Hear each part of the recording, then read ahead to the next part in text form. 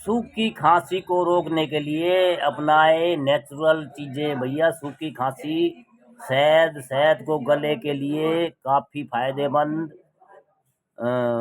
ज्यादा फायदेमंद माना जाता है।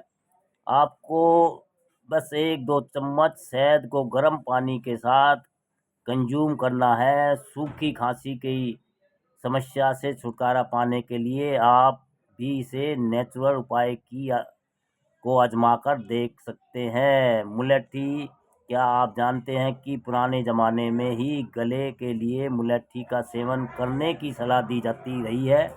मुलट्ठी में औषधीय गुणों की अच्छी खासी मात्रा पाई जाती है।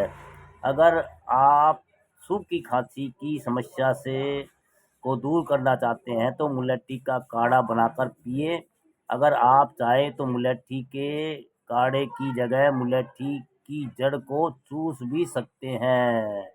अदरक, गला खराब होने पर दादी नानी अक्सर अदरक वाली चाय पीने की सलाह दिया करती थी। आपकी जानकारी के लिए बता दें कि अदरक में एंटी इन्फ्लेमेटरी और एंटी बैक्टीरिया गुण मौजूद होते हैं। अदरक के रस को शहद के साथ कंज्यूम करने से भी सूखी खांसी से राहत मिलती है। हेल्दी हल्दी हल्दी आपकी सेहत की चौतरफा लाभ पहुंचा सकती है।